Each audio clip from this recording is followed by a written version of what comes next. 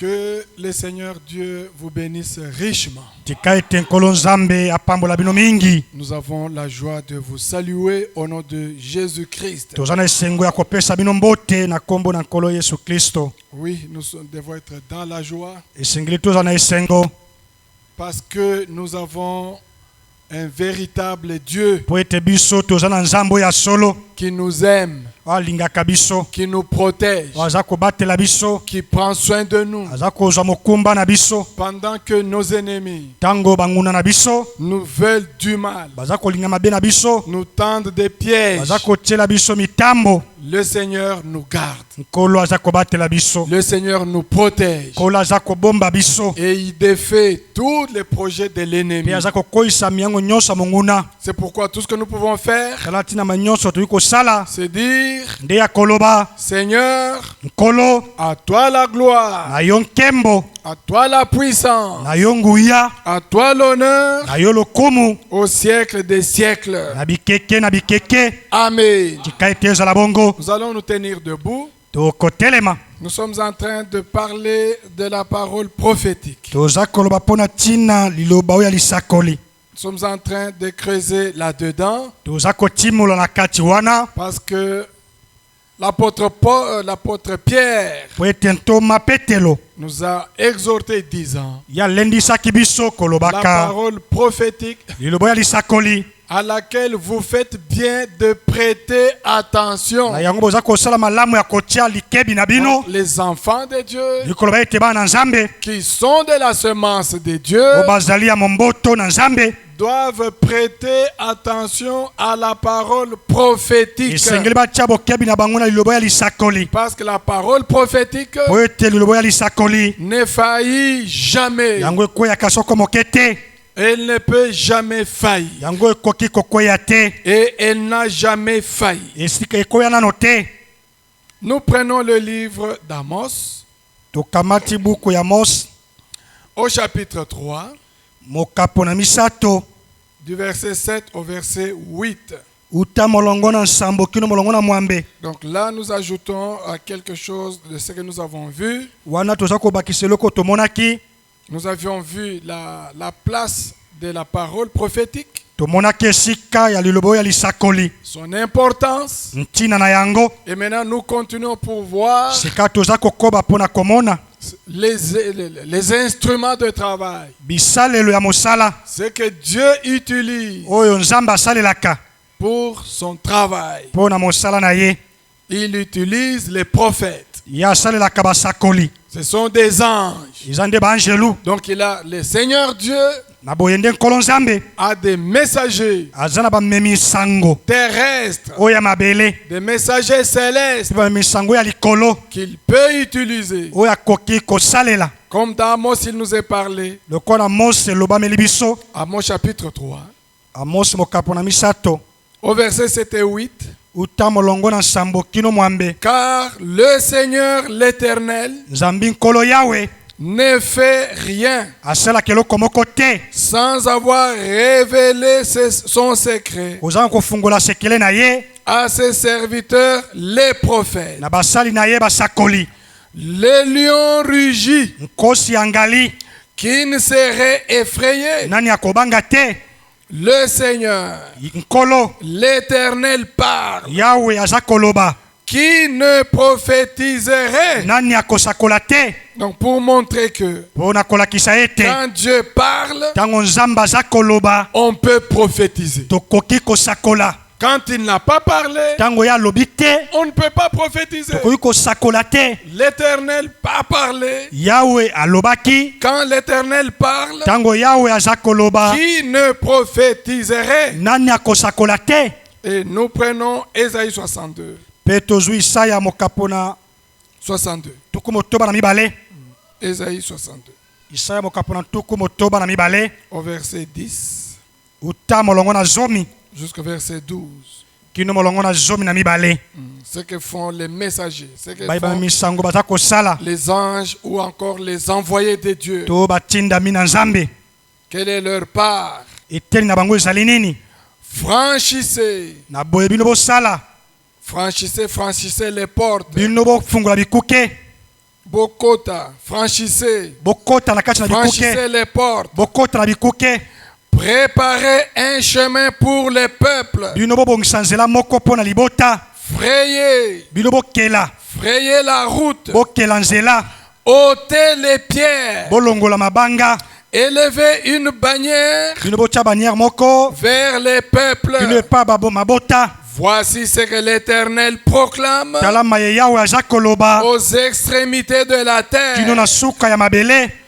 Dites à la fille de Sion, Yoloba na mwana mwasi ya Siona. voici Yotala. ton sauveur arrive. Bikisi na yo aza kokoma. Voici Yotala. le salaire est avec lui Lifuti eza elongo na ye. et les rétributions le précèdent. Pe mafuti eza koya liboso na ye. On les appellera Bakobianga bango. peuple saint, Libote santu. racheté de l'Éternel. Basikolami na yawe. Et toi, Mpe yo. on t'appellera Bakobianga yo. la recherchée, Babana kolukaluka. ville non délaissée. Ngumbo esundolami te. Notre Père Céleste, Tata na biso na lola. nous venons à ces lieux, Toyene esika oyo. non pas pour voir quelqu'un, Pona komona moto te. mais pour t'adorer, Kasi pona kongumba pour mela yo. venir en ta présence. Pona koya na bozali na yo. Reçois-nous favorablement. Yamba biso.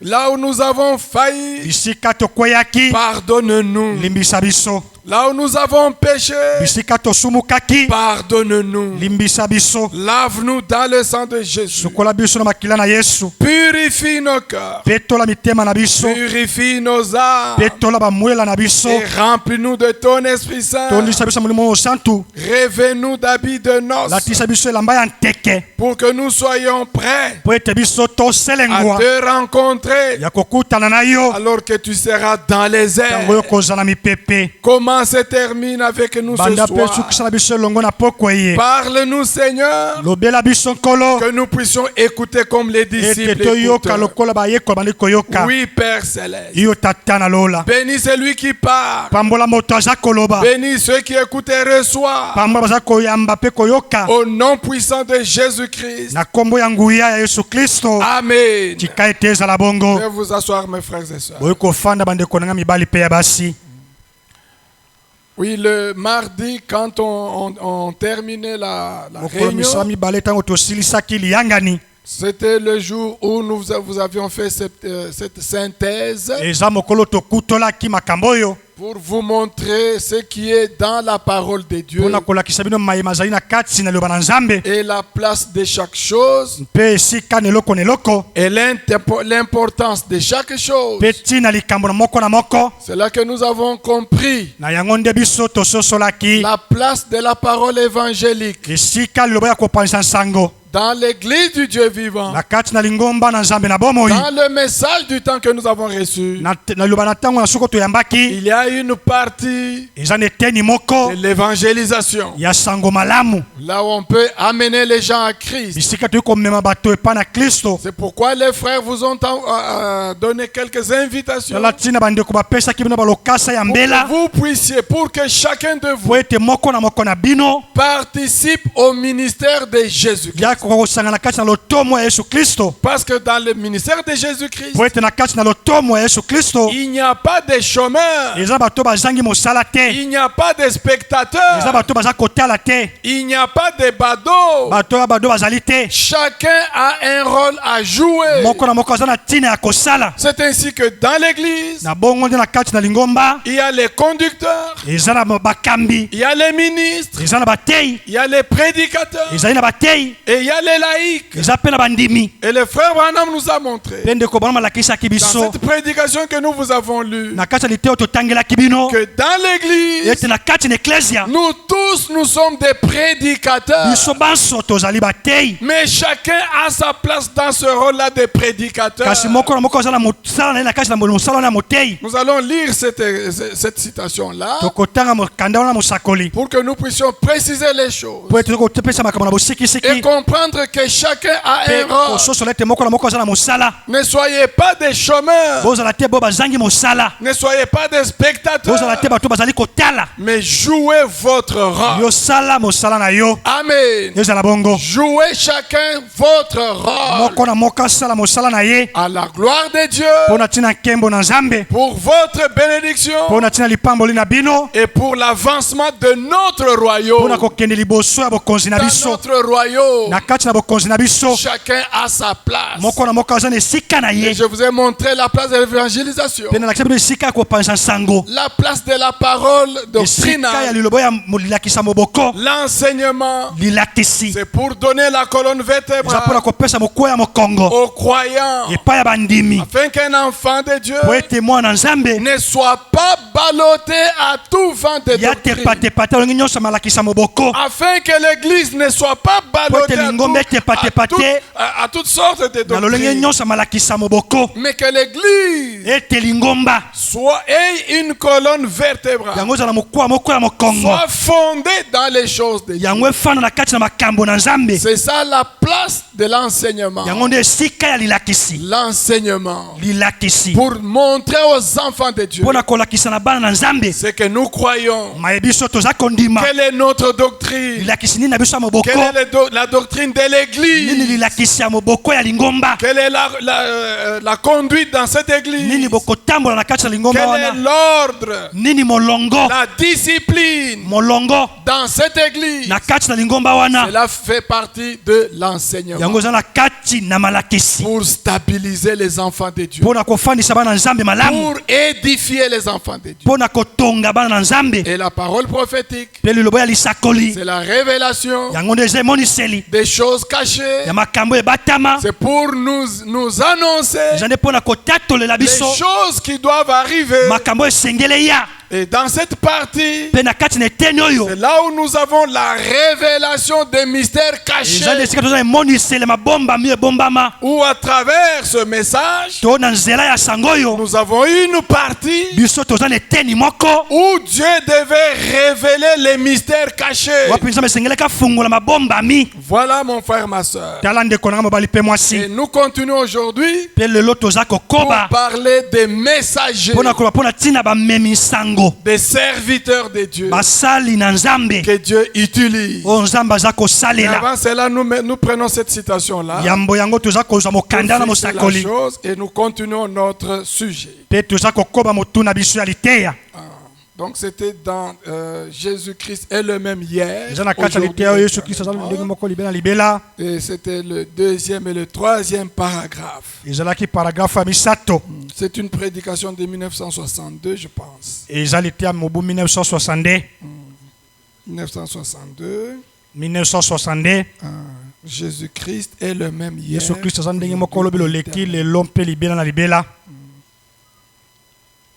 Vous avez trouvé cela? Je peux vous donner la précision.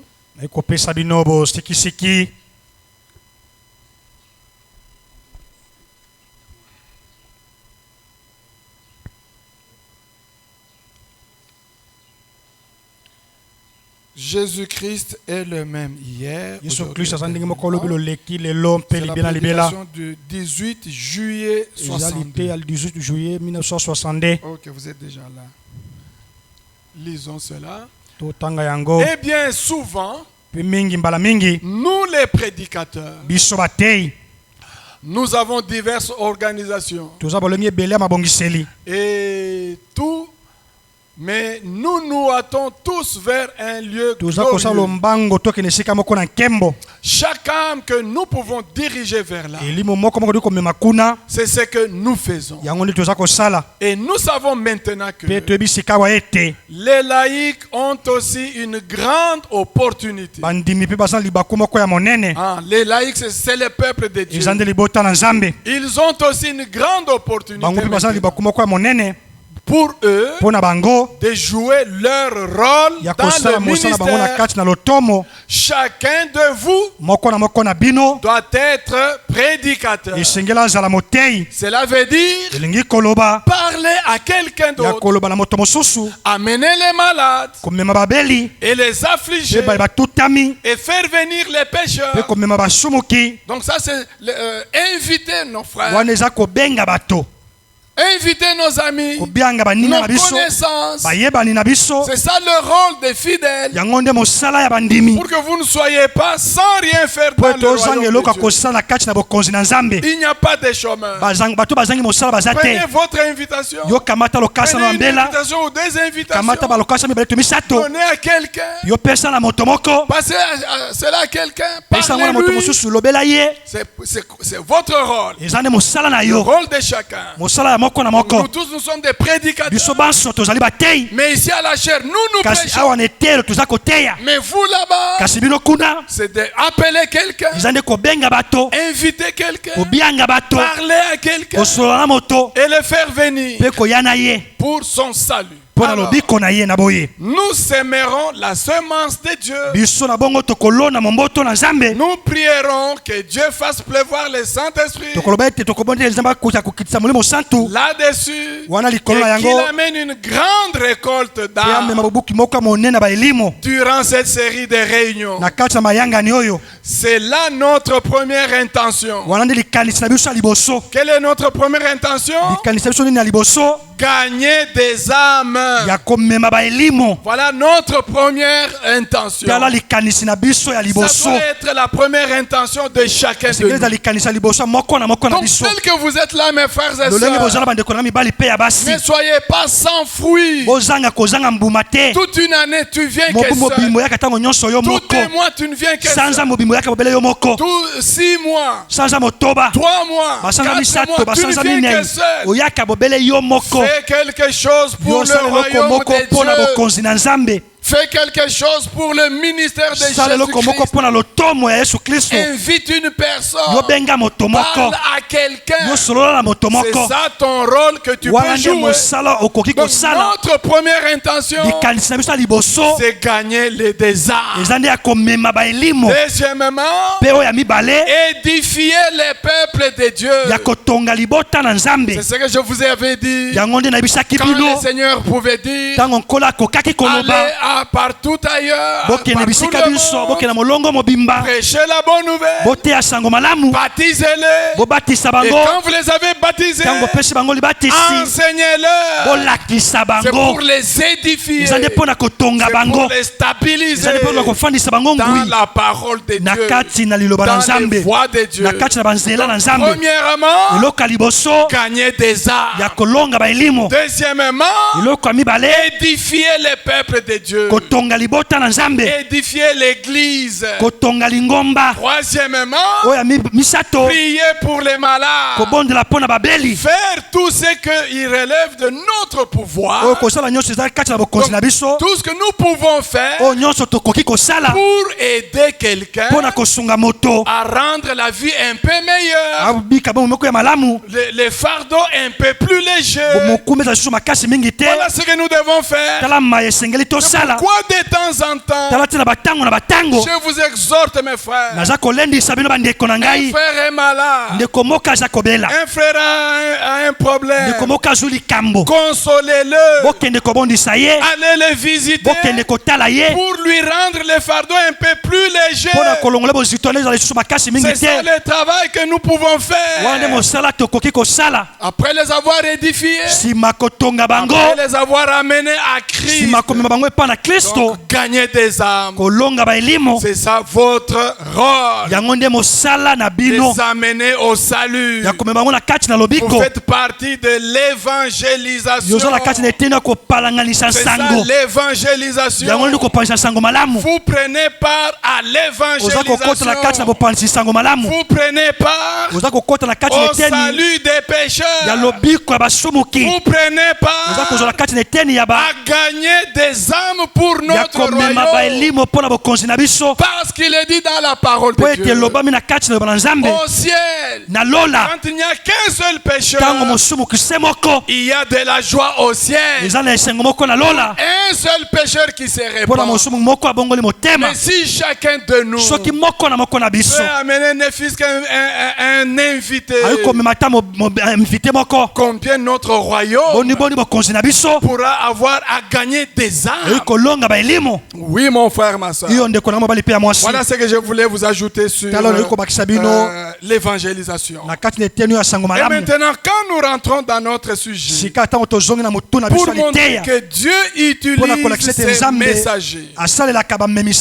Dieu a ses messagers. Et ces messagers sont catégorisés dans deux grandes catégories.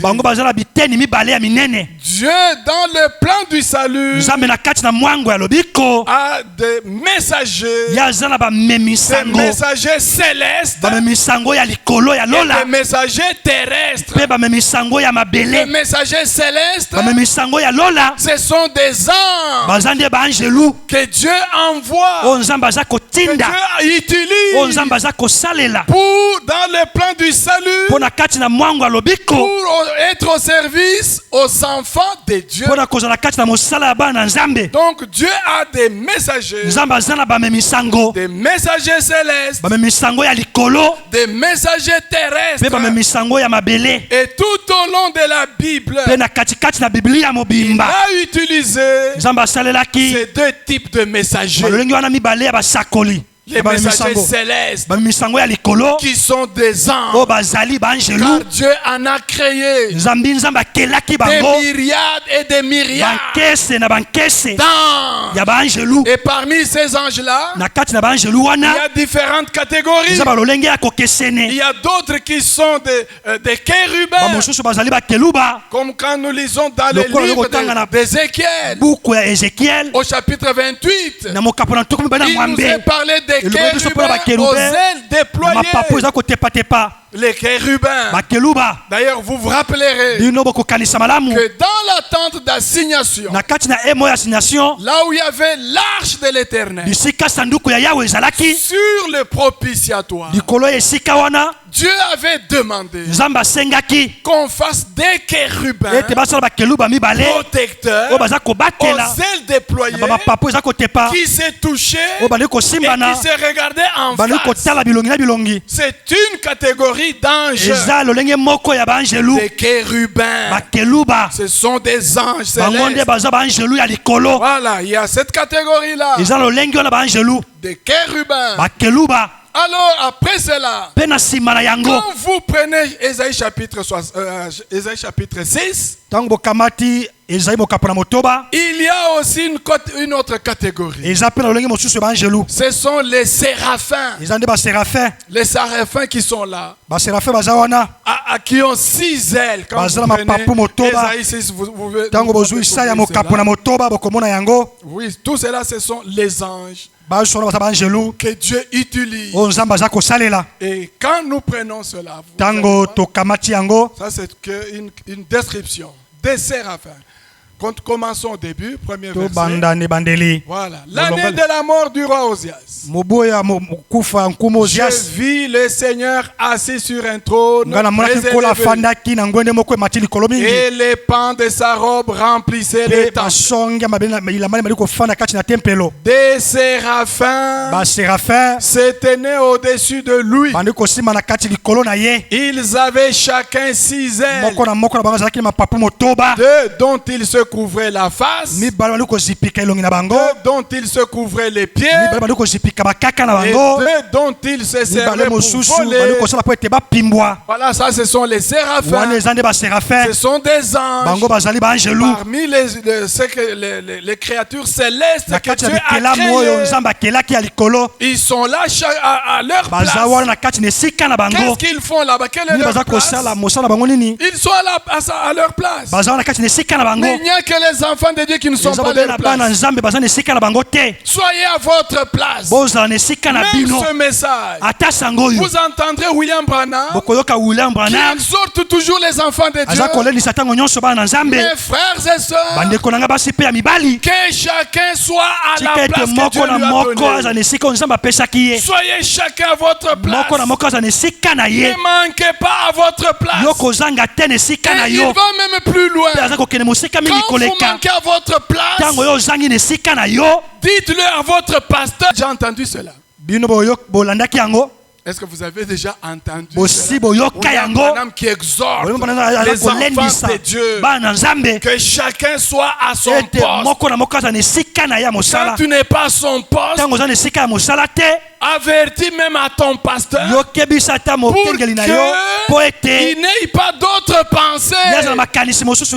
Mais ici, tout le monde, il abandonne son poste. Il vient quand il veut. Il ne vient pas quand il veut. Mais mon frère, ma soeur, quand nous vous donnons ces choses, c'est pour que vous ayez des modèles. Des modèles à suivre. Quel est votre modèle que vous suivez? Mon frère, ma soeur, les anges sont à leur poste. Les séraphins sont à leur poste. Jour et nuit, ils crient. Lisons cela. Les séraphins qui avaient combien d'ailes? Qui avaient combien d'ailes? 6 ailes. 2 ailes. Il couvrait les pieds. 2 ailes. Il couvrait la face. 2 ailes. C'était pour voler, pour être au service de Dieu. Et qu'est-ce qu'il faisait? Il se tenait au-dessus. Et au verset 3, il criait l'un à l'autre et disait: Saint, Saint, Saint, et l'Éternel des armées. Toute la gloire, toute la terre est pleine de sa gloire. Les portes furent ébranlées dans leur fondement par la voix qui retentissait, et la maison s'est remplie de fumée. Vous comprenez que dans la maison de Dieu, en présence de Dieu, ce n'est pas un silence. Ce n'est pas une morgue. C'est une maternité. Les séraphins sont là. Louant les seigneurs. Glorifiant les seigneurs. Saint, Saint, et l'Éternel des armées. Et vous allez voir Jean sur l'île de Patmos. Quand le Seigneur va l'emporter dans les lieux célestes, il trouvera ses anges qui criant toujours de la même manière: Saint, Saint, l'Éternel des armées. Vous voulez voir cela? Apocalypse chapitre 4. Nous allons. Tout cela c'est pourquoi que chacun de vous, que vous puissiez comprendre que si vous êtes des dieux, Dieu vous appelle à être à votre place, comme les séraphins à leur place, jouant chacun son rôle. Oui, au verset 8, allons gagnons du temps. Voilà, on peut même commencer un peu plus haut. Les 4 êtres vivants, ok. Ils ont pratiquement la même description que les séraphins. Les 4 êtres vivants ont chacun 6 ailes. Pratiquement comme les séraphins que nous venons de lire. Ils sont remplis Dieu tout autour et au-dedans.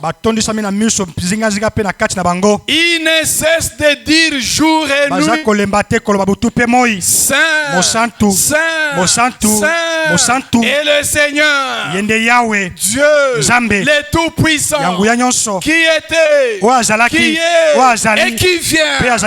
Maintenant, mon frère, ma soeur, vous ne trouvez pas qu'il y a quelque chose qui ne va pas dans le ciel, en présence de Dieu? C'est du bruit. C'est du bruit. Nous avons lu même un témoignage où le frère Branham nous a parlé. Un Buddy Robinson C'est son témoignage. Il est en train de dire, donne-moi Seigneur beaucoup de bruit dans mon âme. Parce qu'en présence de Dieu, ce n'est pas la mort, c'est la vie, c'est la maternité. En présence de Dieu, il n'y a pas de silence. Il y a des cris de joie, il y a des tonnerres, il y a ces anges qui crient, Saint, Saint, l'Éternel des armées.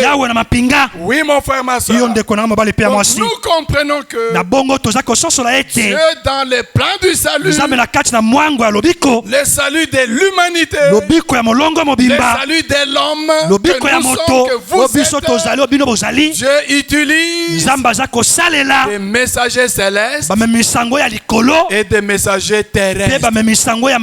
Les messagers terrestres sont des hommes nés de la femme, qui ont la chair et le sang. Découvrons cela, vous allez voir. Des anges célestes qui sont des messagers qui annoncent quelque chose. Et qu'est-ce que Dieu dit de cela?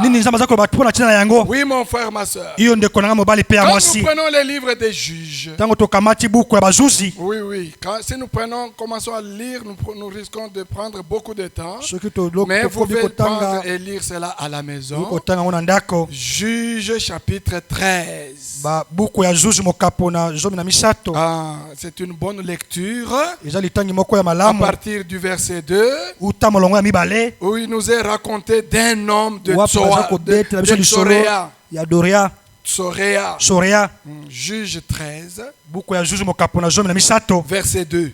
Il y avait un homme de Tsoréa, de la famille de Danite, qui s'appelait Manoach.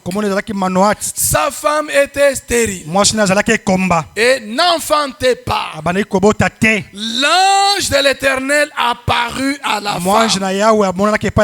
Vous comprenez déjà? Voilà que là, c'est un messager céleste qui a été envoyé auprès de cette femme pour lui annoncer quelque chose. Alors, cet ange est venu auprès de la femme. Il lui a annoncé le message. Il lui dit, voici, tu es stérile et tu n'as point d'enfant. Tu deviendras enceinte et tu enfanteras un fils. Maintenant, prends bien garde. Ne bois ni vin ni liqueur et ne mange rien d'impur, car tu vas devenir enceinte et tu enfanteras un fils. Qu'est-ce que nous comprenons là? Nous comprenons que Dieu avait un message pour Manoach et pour sa femme. Alors, il est dû utiliser un messager céleste, un ange céleste qui vint auprès de sa femme. Et ici, qu'est-ce que nous pouvons épingler? Mon frère, ma soeur, aie confiance en Dieu. Confie-toi en l'Éternel, parce que il est celui qui connaît ton état.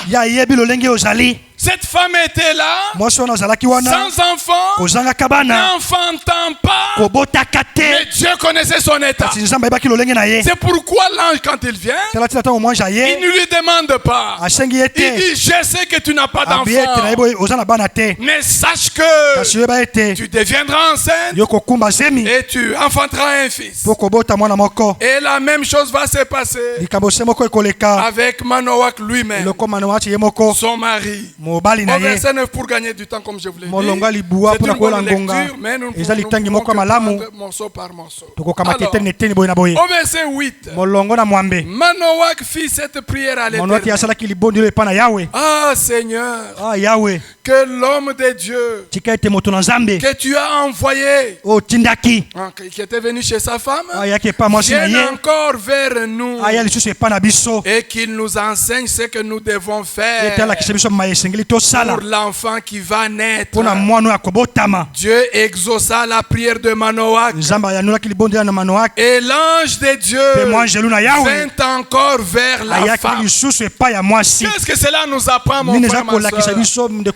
Ceci nous apprend que le même Dieu de l'Ancien Testament, c'est le même Dieu dans le Nouveau Testament. S'il a exaucé la prière de Manoach, il peut exaucer ta prière. Qu'est-ce que Manoach a voulu?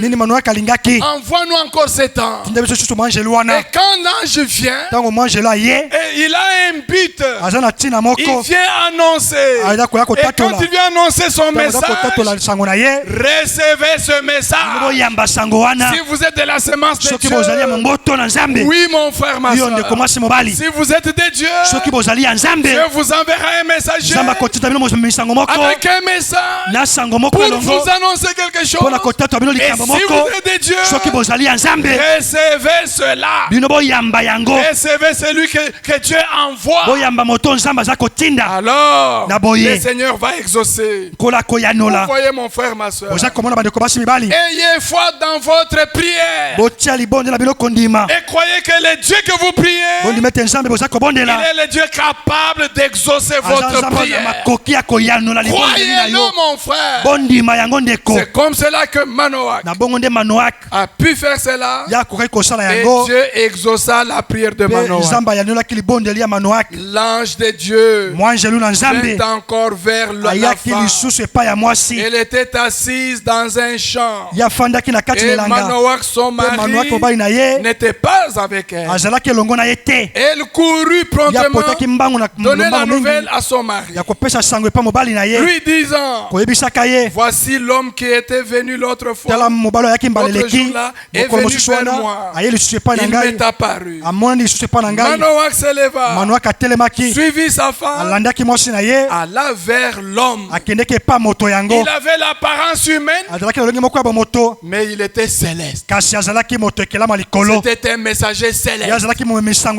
Il venait de la part de Dieu. Et quand Manoach est allé le voir, il lui a parlé. Mais Manoach dit: maintenant, si ta parole s'accomplit, si ta parole s'accomplit, que faudra-t-il observer à l'égard de l'enfant? Et qui aura-t-il à faire? L'ange de l'Éternel répondit à Manoach: la femme s'abstiendra de tout ce que je lui ai dit. Quand un ange de Dieu vous annonce quelque chose, recevez-le et obéissez à cela. Si vous êtes bien sûr de Dieu. Voilà, c'est un premier cas. Dieu a utilisé un ange céleste. Et Daniel dans son cas. Et nous allons encore approfondir plus loin.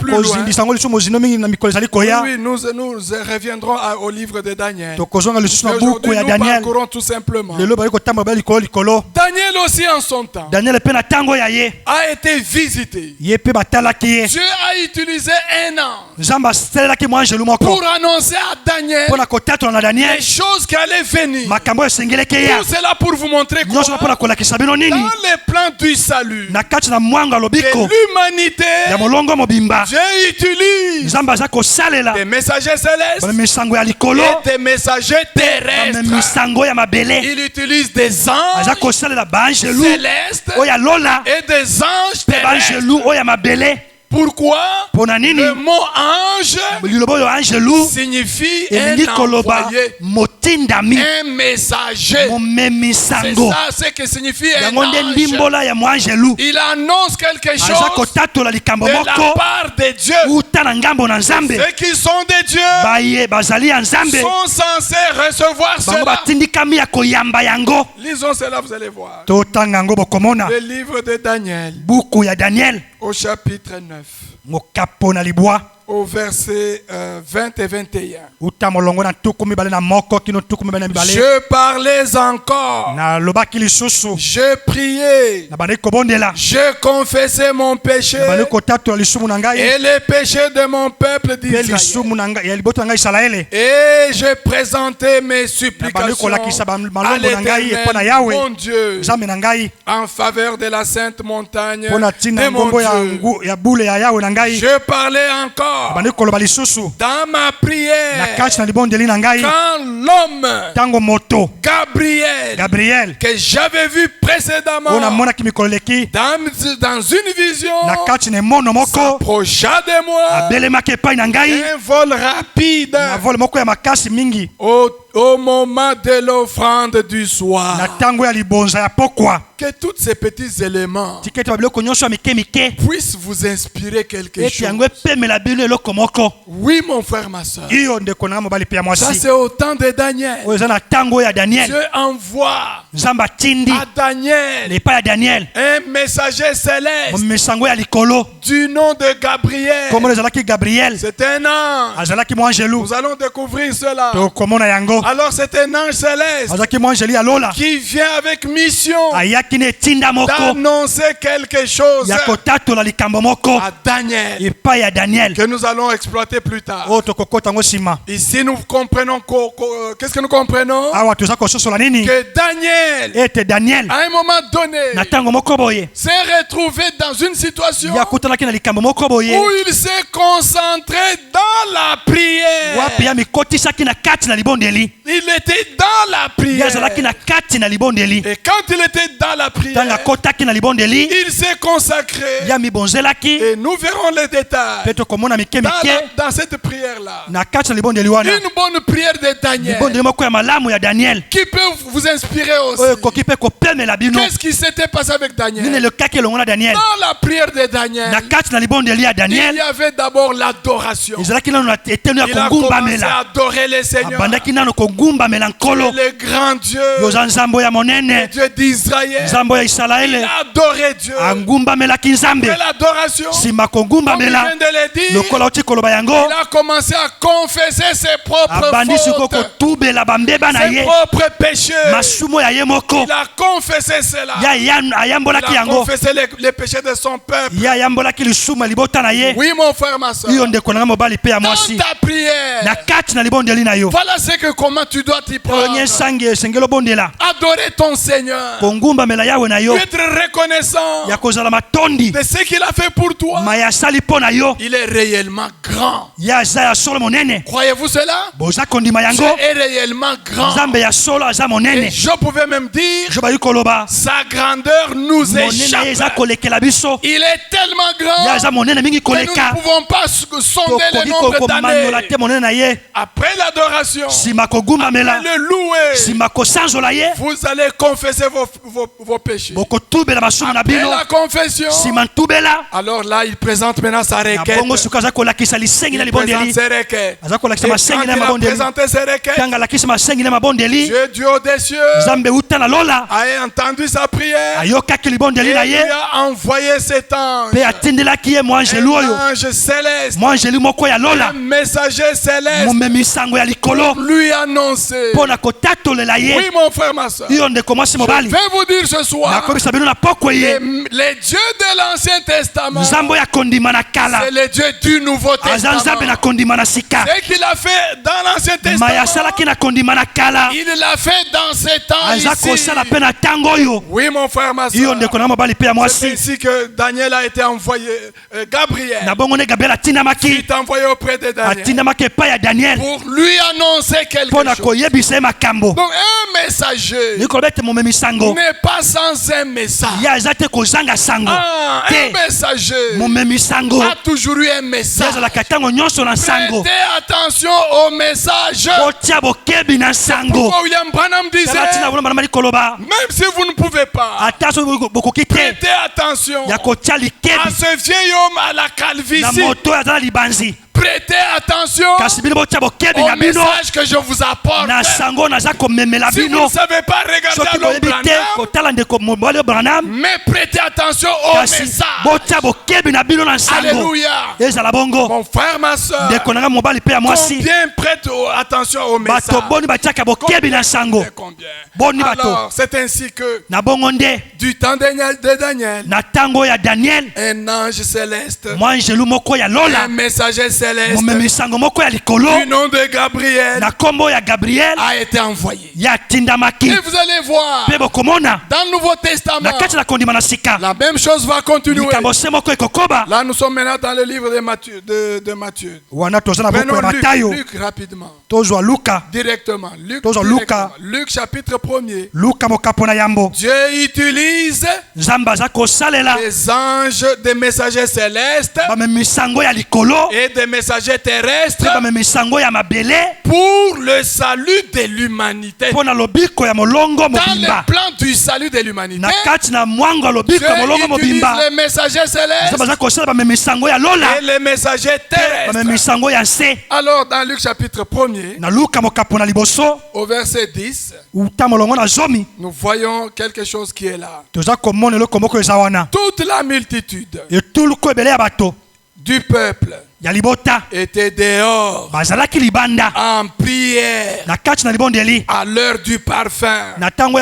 Mais dans notre église, à l'heure du prière, les chaises sont vides, tout le monde fuit la prière. Mais à Jérusalem, en Israël, à l'heure de la prière, c'était une grande multitude. Alléluia. Amen. Au verset 10. Toute la multitude du peuple était dehors.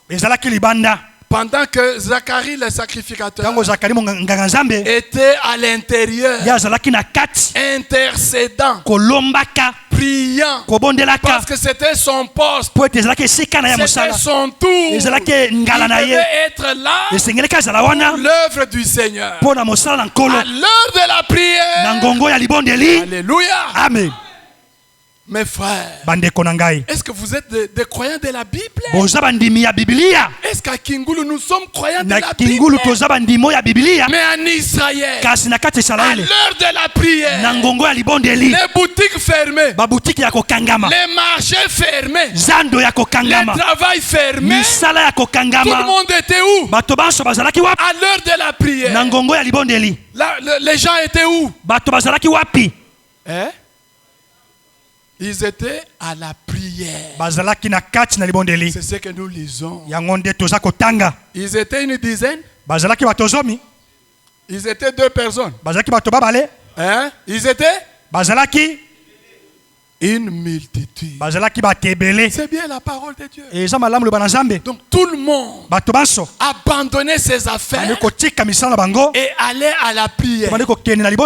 Tout le monde a abandonné tout ce qu'il pouvait faire. Allant où? Allant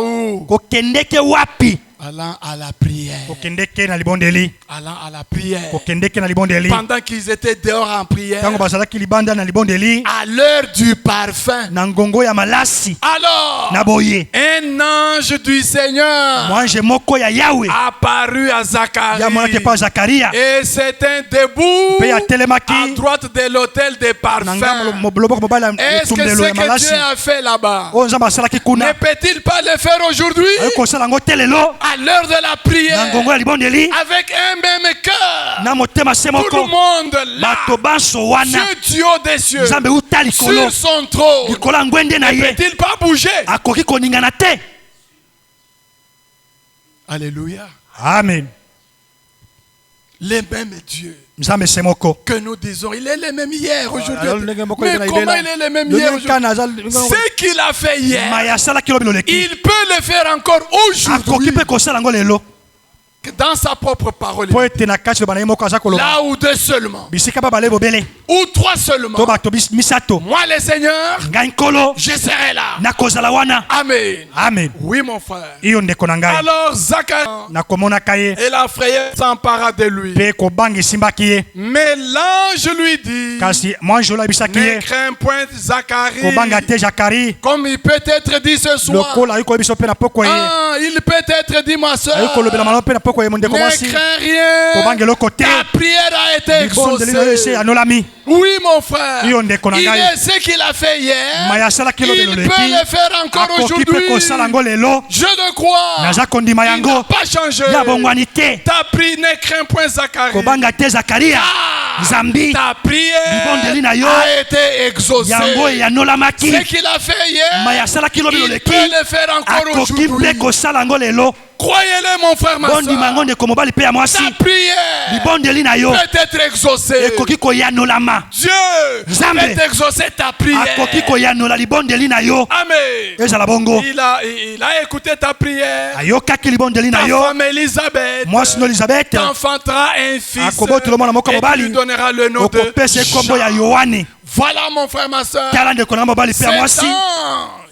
Cet ange, ce messager céleste a été envoyé sur la terre parce qu'il est dit ceci. Tous ces anges-là, ils sont au service de Dieu en faveur de ceux qui croient en Dieu. Hébreux chapitre 1er au verset 14. Hébreux chapitre 1er au verset 14. Nous pouvions commencer plus loin, mais pour gagner du temps, nous allons à 14.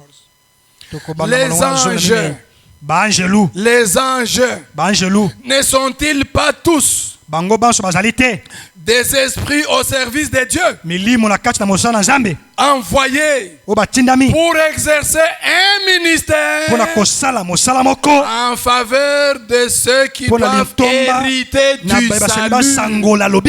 Qui hérite le salut? Est-ce qu'il y en a ici dans la salle? Des gens qui héritent le salut? Peuvent-ils lever la main?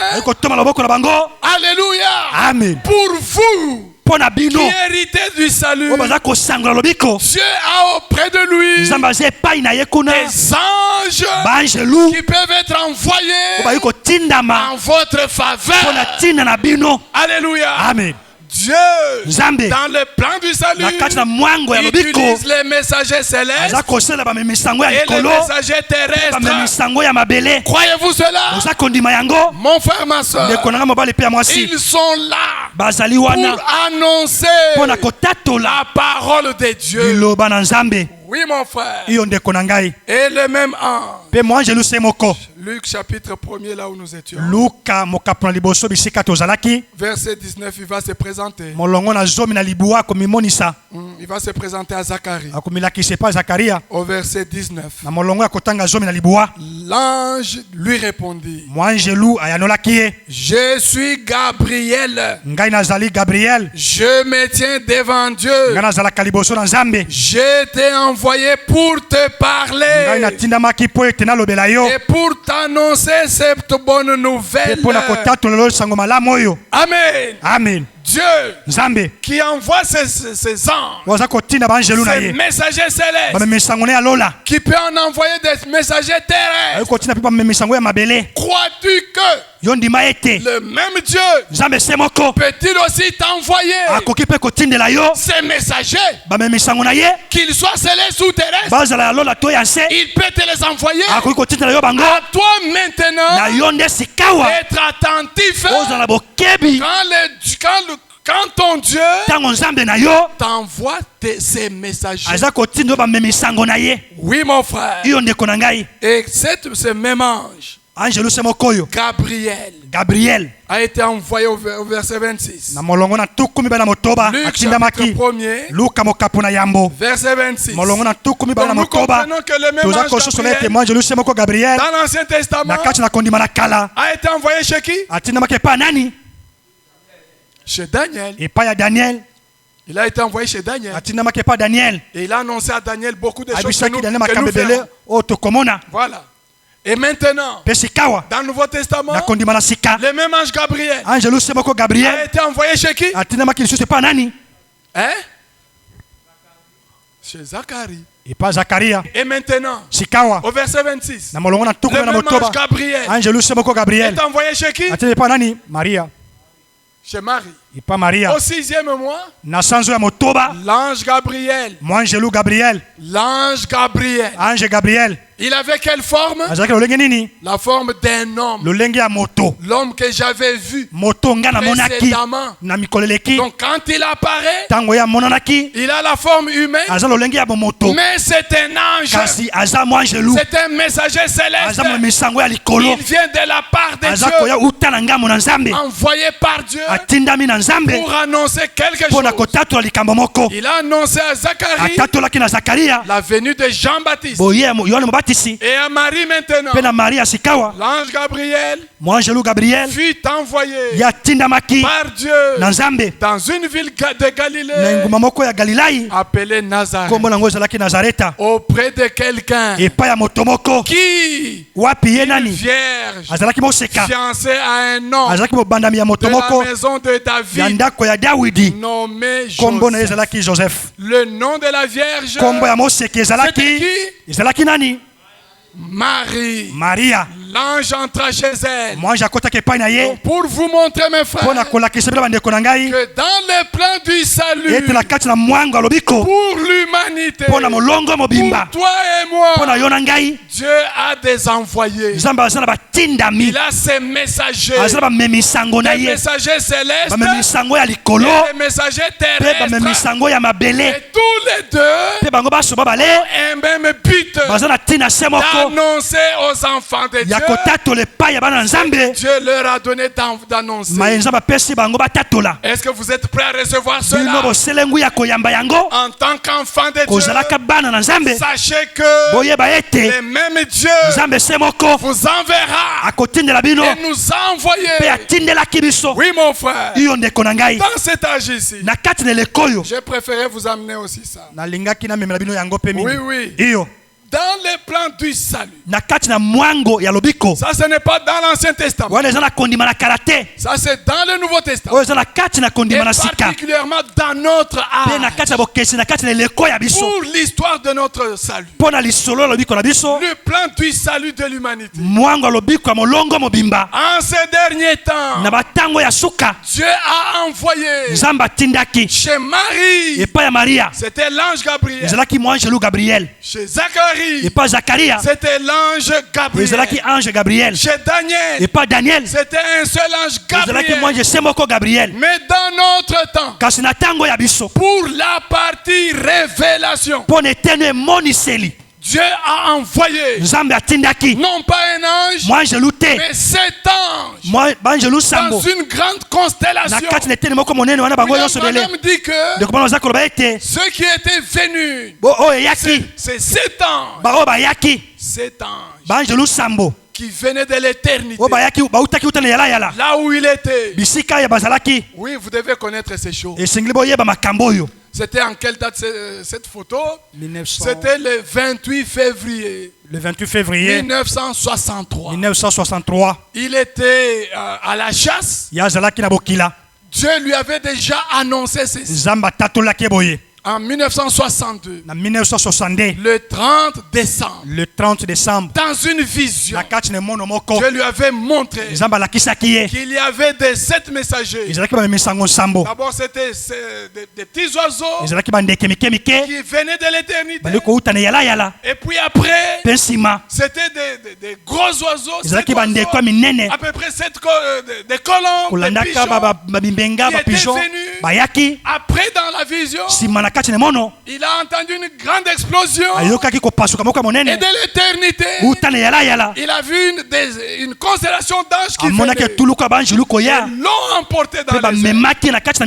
Et le 28 février, alors, du ciel, d'en haut, du Dieu céleste, il a envoyé 7 anges. Donc il nous dit que ici, vous voyez, il y a 7 ans. Alors, c'est lui qui était le 7e. Il était plus remarquable. Ils sont venus. Bayaki. Ils sont venus. Ils l'ont emporté à la constellation. Et lui ont dit, William Branham, c'est maintenant le temps où les 7 sceaux de l'Apocalypse doivent être révélés. Amen. Jeffersonville, c'est le temps d'ouverture de ces mystères qui sont inconnus. Voilà la partie révélation. La parole prophétique. Dans cet âge, Dieu a envoyé des anges pour confirmer que ce message est la vérité. Amen. Oui, mon frère, ma soeur. C'est ainsi que dans ces ans, après lui avoir dit cela, ils sont rentrés dans les airs. C'était comme ceci. C'était comme ceci. Ce sont les Américains qui ont pris cette photo. Alors ils ont pris cela. Et c'est un journal qui a publié cela. C'est là que William Branham, pendant qu'il y a des gens qui disent, ça c'est la venue du Seigneur. Est-ce que Jésus-Christ